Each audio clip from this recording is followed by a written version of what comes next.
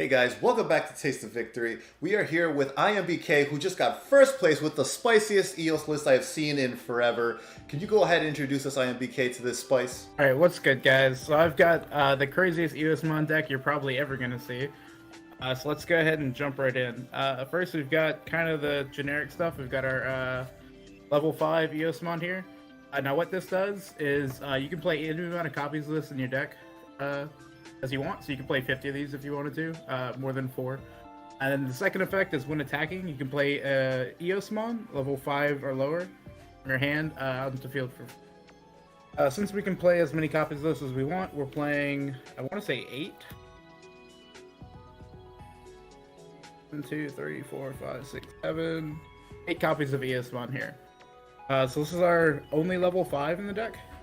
We use it a lot to cheat out other copies of itself, as well as to trigger some of our other effects, and most importantly to evolve on top of our level 4, which is kind of like our big playmaker in the deck.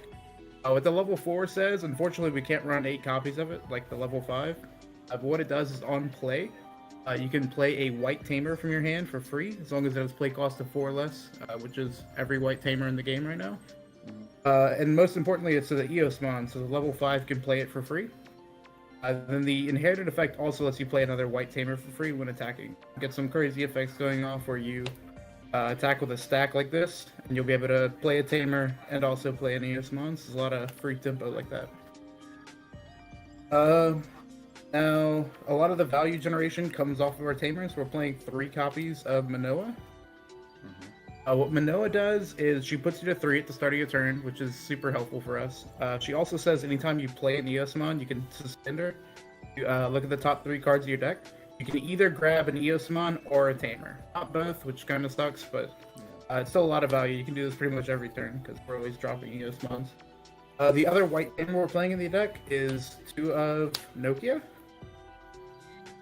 We actually had Nokia at 3 for a while. I recently dropped her down to 2 because I was seeing it a little too much. What Nokia does is on play, so it'll trigger whenever you like play an Eosmon or attack with the 4 underneath. She'll let you play a Gabumon or an Agumon from your hand for free. We don't care about that second effect. We don't actually play any Omnimons, Garurumons, or Greymons in the deck, so she can't reduce any cost for us. But it's more about that free tempo. Like if we swing with the level 5, play a level 4, play Nokia, play Agumon, then most of our Agumon and Gabumons have on-play effects, so let us look at the top of the deck and do something. We're playing 2 of the red Agumon from BT1. His effects is on play. You can look at the top 5 cards of your deck and grab a tamer. That can be a white tamer, that can be a blue tamer.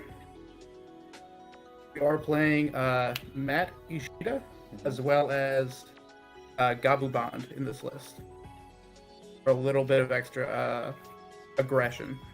Cool. So we are playing 4 Matt and 4 Gabumon. What Matt says is whenever you move a Gabumon out of your raising area, you can gain a memory and then draw a card. Super good here. He only costs 3. We can grab him off of stuff like Menoa, and it's searchable off stuff like Agumon. We're also playing a ton of Gabumons here. That's because we always want to have this effect go live. So we're playing 4 of the Draw 1 Gabumon. I believe it's also from BT1. Yeah. We're playing 4 of the new Gabumon, BT6. This one's really good if you already have him on field. When you're playing your mats, he gains you a memory. So it's basically like just paying 2 for your tamers, and they kind of stack. So if you have like 2 or 3 of these out, sometimes you can just slap a mat down for. We're playing 3, I want to say I have 3 so far, of the new promo Gabumon. These are really hard to find right now, but they're so good. This card reads the exact same as this Agumon. It's just like $20 more expensive, so because it's blue, and blue's good color. Then we're also playing the Gabumon from BT5. This guy on play lets you grab a Garurumon or an Omnimon from the top of your deck, so we never play him. He's just a Garurumon that we put in the name. This could be literally any Garurumon in the game, aside from the other promo that's like a 4-drop, because that's more expensive to play. But if you have the old starter deck Gabumon, like throw that in instead. It's fine. We're playing 4 of this, and if I could get a 4th of that other Gabumon, I would happily play that instead. Nice. That's 15 rookies total that we can evolve off of. And we're playing Upamon 4 of. in our raising. Okay, cool. Last, we have a few tech stuff. We have 2 Lobomon. Sometimes it's just lethal off of mat. We have 2 Raddle Stars and 4 Hammer Sparks. And it's crazy how much like synergy they have together. I was looking through stuff and I started playing. So one of the opening plays that I love doing, let me kind of pick this up real quick. Sure. Show off some of the plays you can do. So let's see. Let's say I have any Gabumon, right? Any 2 Gabumon, ideally. Yeah. We have a Nokia and a level 4 Eosmon. This was a pretty common opener that I would see a lot. What you could do is turn 1. And again, these could be any of the 2. We play 15 Gabumon in the deck, hopefully 16 soon. And then these 2 cards, which we play 4 of. We just dropped this down to 2 because it's getting a little too floody. But turn 1, you could hatch an egg, Digivolve, draw, play Eosmon for 4. Eosmon's effect lets you play down Nokia for free. Nokia's effect lets you play down Gabumon for free. Gabumon's effect lets you look at the top 4, grab another tamer, or play this Gabumon to draw a card, play the other Gabumon so you get some memory down later. Like, it's just a lot of value and a lot of tempo. Being able to put like 3 cards into play for free turn 1 is kind of crazy. Nice. Yeah, that's pretty crazy. There is a lot of combo synergy there, like you mentioned. That sounds awesome. That's really cool. Yeah, I've been liking it a lot. Yeah, definitely. And then you said this was the first place deck at locals. So do you want to go ahead and walk us through your matchups and kind of talk about how this deck plays into the meta? Yeah, so it was a really weird locals. We actually had 10 people, so we had to do 4 rounds because more than 8 is 4 rounds. Yeah. So I ended up actually losing round 2. But then the guy that I lost to lost when he got paired down in round 3, and then I beat the guy that beat him in round 4. So like, we all had 9 points, but I ended up winning because of tiebreakers. Round 1, I played against what's it called, Jesmon?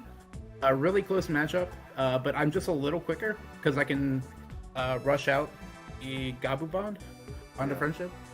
And then I could just like put the sisters at the bottom of the deck so that they lose blockers or whatever. It just hit a little faster. We're kind of like Rookie Rush with all the 3 drops and stuff. Yeah, definitely. They're a little awkward getting set up and stuff, so you got a bit of time in that matchup.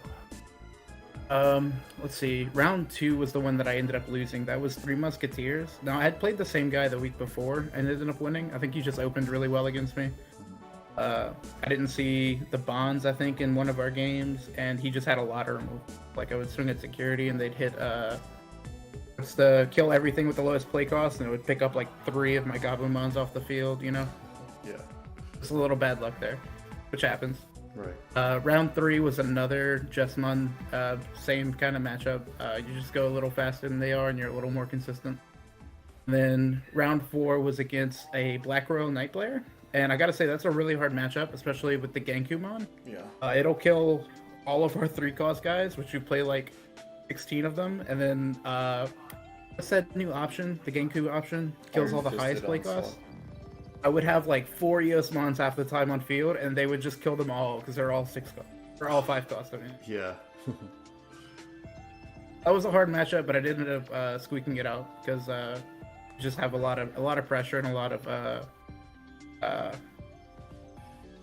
do you call it whenever you can like keep your hand big? You know what I'm talking about? Yeah, hand advantage. Yeah, like value kind of stuff. Yeah, hand advantage. Definitely. I was able to squeak that one out. Yeah, with all that like comboing searching that that you demonstrated for us, I could see how you would keep that advantage up against Black Royal Knights.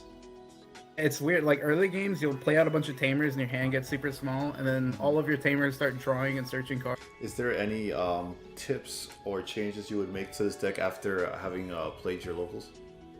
Yeah, so I definitely, like I said, I want a 4th copy of this new promo Gabumon. Right. He came as a box stopper though, and my locals was like only got like 25 of them, I think, between everyone. So like, yeah. I'm really struggling to find a 4th copy anywhere around me. Right. But I would definitely cut a Hammer Spark. I think 4 is probably too many. I've been really enjoying Rattlestar. I wasn't playing this card at first, but you just kind of need removal sometimes. Like a lot of times, the Jesmon player will bring out their level 5 or bring out a level 4 from raising. Digivolve into the 5 to pass turn to get that sister from hand, and Rattlestar puts them back like super far if you can just bounce the savior Hackmon. Definitely. That card's huge. So I really liked including this, and these also give you a lot of outs to security, because we don't play blockers.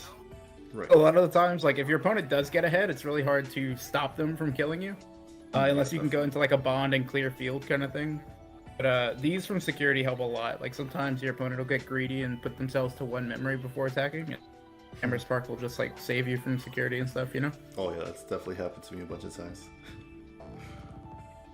Other than that, the only thing I can think of is just like remember which Gabumons have on-play effects and which ones you really want to evolve into Raising. And then you just got to draw good, like every other deck in the game. Yeah. If you don't see that 4 of we built the deck around, it's going to be a hard match, you know? Yeah, definitely. Yeah, it's super important to draw well in this game with all the Digivolution cards. Yeah. Yeah. That's another thing. We don't have a whole lot of ways to Digivolve in this deck. Yeah. Like it's either Eosmon into Eosmon or a Gabumon into a Lobomon. So that can be a little awkward sometimes. Right, yeah, you're kind of like hoping to see your options or Gabumon to get rid of blockers at the high level. Like if they have a Mega Blocker, that seems like it'd be trouble. Yeah, I'm considering running a couple Gorillamon. As soon as EX comes out and we get that new Gabumon that looks at top 3 for a Digimon with Gabumon in its name, which is the wildest thing I've ever read in a card. But I'll definitely try to put 4 Gorillas in here just to have some extra draw and to get that inherited all active, because I think top 3 for finding your bonds is super important. Oh yeah, definitely. Well, that's really awesome. I'm glad this is finding some success for you. I hope a lot of people have fun trying this deck and tweaking it. Maybe it's like taking regionals, who knows? But congrats on your locals win, and thanks for coming on to show us this deck, IMBK. This is awesome. All right, is there anything you guys would like to plug before we go? Hey guys, if y'all like the mat that I'm using today, the art was custom made by Fern over on the Taste of Victory Discord channel. If y'all ever want to commission the artist to get some work done similar to this, y'all can feel free to add her on the Taste of Victory Discord. Link in the description. Awesome, definitely check that out, guys. This mat is super cute. This art's amazing. Yeah, thanks for having me. Y'all let me know in the comments if y'all have any suggestions on how I should tweak things, or if you're going to try this out at your locals, definitely let me know how it goes. All right, we'll see you guys in the next video. Remember to stay hungry until you get a taste of victory.